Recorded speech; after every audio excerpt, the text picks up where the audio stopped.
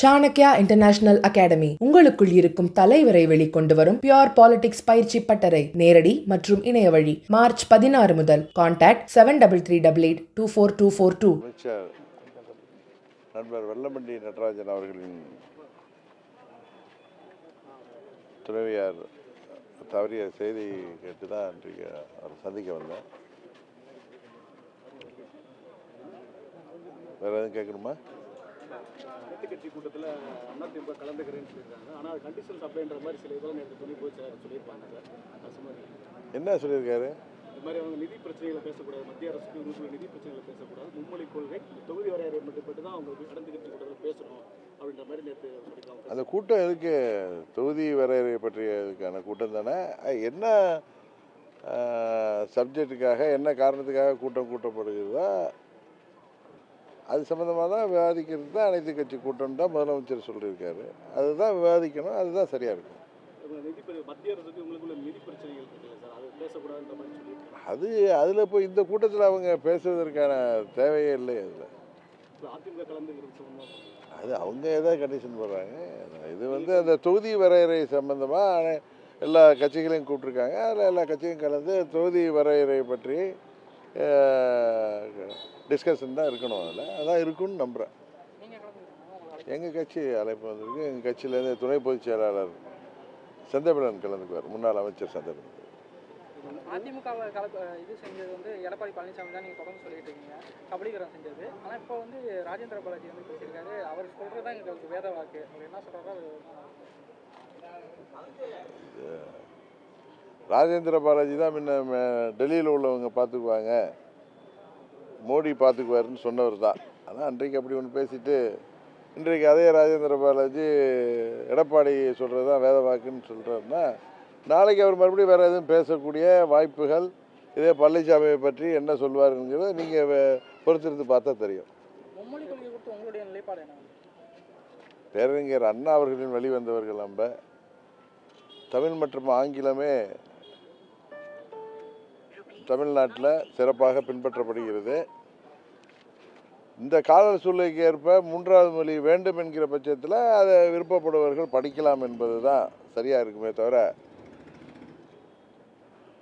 மாநில அரசாங்கம் முதலமைச்சர் திமுகவினர் பொய் பிரச்சாரம் செய்வது போல் ஒன்றும் மத்திய அரசாங்கம் இந்திய ஒன்றும் திணிக்கலை. மூன்றாவதாக நீங்கள் விருப்பப்படுகின்ற ஒரு மொழியை படியுங்கள் அவங்க சொல்கிறாங்க, அவங்க தேசிய கல்விக் கொள்கைப்படி.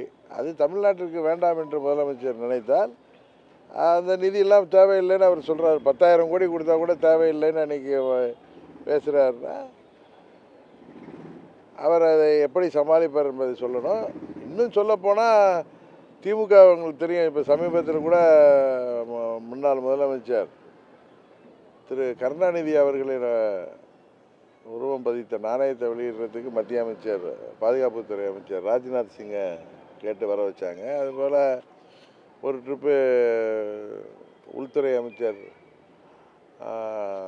அமித்ஷா வரணும்னு கேட்டு அப்போ நிதின் கட்கரி வேறு வந்தாங்க. அது மாதிரி முன்னாள் துணை ஜனாதிபதி வெங்கையா நாயுடு அழைத்து கருணாநிதியின் உருவச்சிலையெல்லாம் திறந்தாங்க. அது மாதிரி திமுக நிகழ்ச்சிகளுக்கு மத்திய அமைச்சர் தேவை, மத்திய பிரைம் மினிஸ்டர்கிட்ட போய் கேட்குறவங்க இந்த பிரச்சனையை பிரதமரை சந்தித்து இது மாதிரி தமிழ்நாட்டில் பெரும்பாலான மக்கள் இருமொழி கொள்கை தான் விரும்புகிறாங்க, மூன்றாவது மொழியாக விரும்பியவர்கள் படிக்கட்டும். இப்போ எப்படி ப்ரைவேட் ஸ்கூலில் சிபிஎஸ்சி ஸ்கூல்லலாம் இருக்கிற மாதிரி அதில் படிக்க விரும்புன்னு படிக்கட்டும், எங்களுக்கு நிதியை கொடுங்க, அரசு பள்ளிகளில் தேவை இருக்குதுன்னு சொல்லி பிரைம் மினிஸ்டரை போய் அணுகி கேட்கலாம்.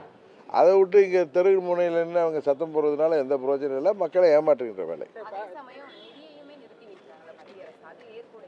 இல்லைங்க, அந்த மொழி தேசிய கல்விக் கொள்கையே மத்திய அரசாங்கம் இம்ப்ளிமெண்ட் பண்ணுது. அது பாராளுமன்றத்தில் தான் சட்ட நிறைவேற்றி தான் கொண்டு வர்றப்ப அது எல்லா மாநிலங்களும் ஏற்றுக்கிட்டு இருக்காங்க. நாம் வேண்டாம் என்று சொல்கிறப்ப அதற்கு நிதியை வேணும். ஏன்னா அந்த கொள்கையை ஏற்றுக்கிட்டால் தானே அதுபடி தானே அந்த நிதி கொடுக்கணும்னு ஒரு சட்டம் ஏற்றிருக்கிறப்ப அது எங்களுக்கு வேணாம், எங்களுக்கு இருமொழி கொள்கை தான் வேணும், அதுக்கு நிதி. ஆனால் நிதியை நிறுத்தாதீங்கன்னா போய் முதலமைச்சர் மத்திய அரசாங்கத்தில் உள்ள அமைச்சர்களையும் ஏன் பிரதமரையும் சந்தித்து கேட்குறப்ப தாய் உள்ளத்தோடு அவர்கள் அதை ஏற்றுக்கொள்வார்கள் என்று தான் நான் நம்புகிறேன். அதை செய்த விட்டுட்டு இதில் அரசியல் செய்ய வேண்டாம் என்பது தான் எங்களுடைய கோரிக்கை. ஆனா ஹிந்தி வந்து இந்தியாவோட தேசிய மொழி. இந்தியா முழுமையும் வந்து ஒற்றுமை நூலில் வந்து ஹிந்தி மொழி இணைக்கும்னு மத்திய அமைச்சர் செகேந்திர சிங் சொல்லியிருக்காங்க. அது அவங்களுடைய கருத்து. ஏன்னா பெரும்பாலான எனக்கு தெரிஞ்சு தமிழ்நாடை தவிர மற்ற எல்லா மாநிலங்களில், ஏன் தமிழ்நாட்டிலே இப்போ இன்றைக்கு முதலமைச்சர் நடத்துகிற அவங்க குடும்பத்தை சேர்ந்தவர் நடத்துகிற பள்ளியாக இருக்கட்டும், இது வேண்டாம் என்று சொல்கிறவர்கள், மூன்றாவது மொழி வேண்டாம் என்று சொல்கிறவங்க வீட்டு பிள்ளைகள்லாம் ஹிந்தி படிச்சிருக்காங்க. நம்ம தான் ஏமாறுறோம். அதனால் ஹிந்தி வேணும்னு விரும்புகிறவங்க ஹிந்தி படிக்கலாங்கிறது தான் தமிழ்நாட்டில் எல்லோரும் சொல்வது. நிறைய பேர் ஹிந்தி படிக்கிறாங்க. நீங்கள் உண்மையை ஒத்துக்கிறீங்களோ இல்லையோ, ஹிந்தியை வந்து நிறைய பேர் படிக்கிறாங்க. மத்திய அமைச்சர் சொல்வது இந்தியாவில் வந்து இப்போ தமிழ் ஒரு இணைப்பு மொழி வேணும், ஆங்கிலத்துக்கு மேலே ஒரு இந்தியாவில் உள்ள ஒரு மொழி வேணும்னு அவருடைய மொழின்னு சொல்றாரு. அவர் தேசிய மொழிகளில் ஒன்று தானே ஹிந்தியும். அதனால் அவருடைய விருப்பத்தை சொல்கிறாரு. வேணான்னா நம்ம வேணாங்கிறதுல ஸ்ட்ராங்காக இருக்கும். எப்பயுமே ஹிந்தி தமிழ்நாட்டுக்கு வேணான்னு நம்ம முடிவு எடுத்துருக்கிறப்ப அதுக்கு உரிய முறையில் மத்திய அரசாங்கத்தை அணுகணும், பிரைம் மினிஸ்டர் அணுகுனா நிதி கிடைக்குங்கிறது தான் என்னுடைய எண்ணம். அதை தான் முதலமைச்சர் செய்யணும். கூட்டணி கட்சியாக நீங்கள் எதுவும் அதுக்கு சம்மந்தமாக பேச வாய்ப்பு இருக்கா?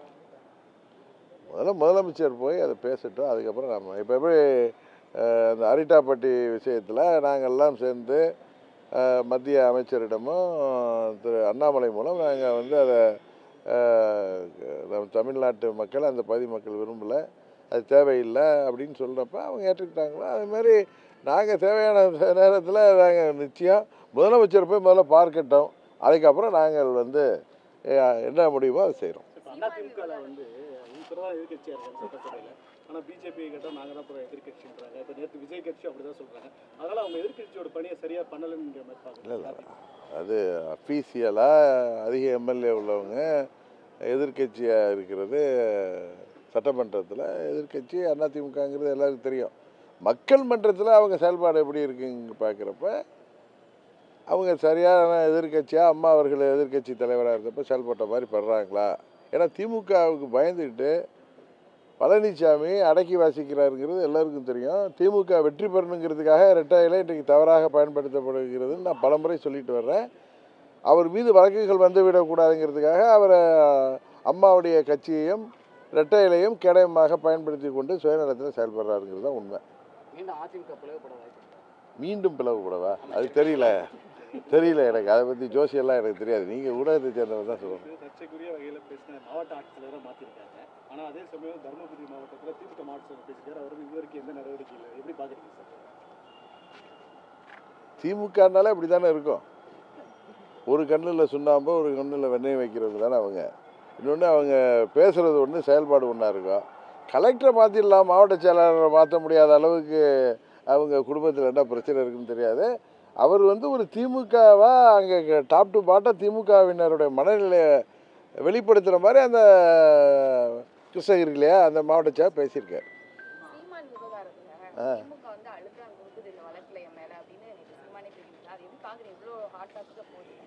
இல்லை, அதாவது நீதிமன்ற தீர்ப்பு சொல்லியிருக்கு. நீதிமன்ற தீர்ப்பை எல்லோரும் மதிக்கணும். அது சீமானும் மதிக்கணும், எல்லோரும் மதிப்பாங்க, மதித்து ஆகணும். ஏன்னா நீதிமன்ற தீர்ப்பில் என்ன சொல்லியிருக்குங்கிறது உங்களுக்கு தெரியும். அதனால் அதன்படி தான் வருங்காலத்தில் காவல்துறை நடவடிக்கை இருக்கும். அதை வந்து இதில் அழுத்தம் கொடுக்கிறார்கள். இப்போ சீமான் வந்து அன்னைக்கு கூட நேற்று அவர் இதெல்லாம் பேசியிருக்கிறத பார்த்தேன். நான் ஒரு சாதாரண டைரக்டராக இருந்திருந்தால் இந்த அரசாங்கம் இந்த மாதிரி செஞ்சுருக்குமா? இன்றைக்கு நான் ஒரு இனிமேல் திமுகவே என்னை கண்டு பயப்படுது, அதனால் நான் அப்படி கிடையாது. யாராக இருந்தாலும் சட்டம் ஒன்று தான். இவர் வந்து நீங்கள் சொன்ன மாதிரி சீமான் ஒரு கட்சி தலைவராக இல்லாமல் இருந்தால் இது உங்களுக்கு பெரிய விஷயமாகவே யாரும் நினச்சிருக்க மாட்டாங்க. அது போல் நடந்திருக்கும். இப்போ பாருங்கள், கள்ளக்குறிச்சியில் 60 பேருக்கு மேலே உயிரை கொடித்த அந்த கொடியவர்களை யார் கண்ணுக்குட்டியா அவர்களா பெயிலில் வந்ததை உங்களுக்கும் தெரியல, யாருக்கும் தெரியல. அவன் வந்து மறுபடியும் 2 பேர் உயிரை எடுத்திருக்காங்க வந்து.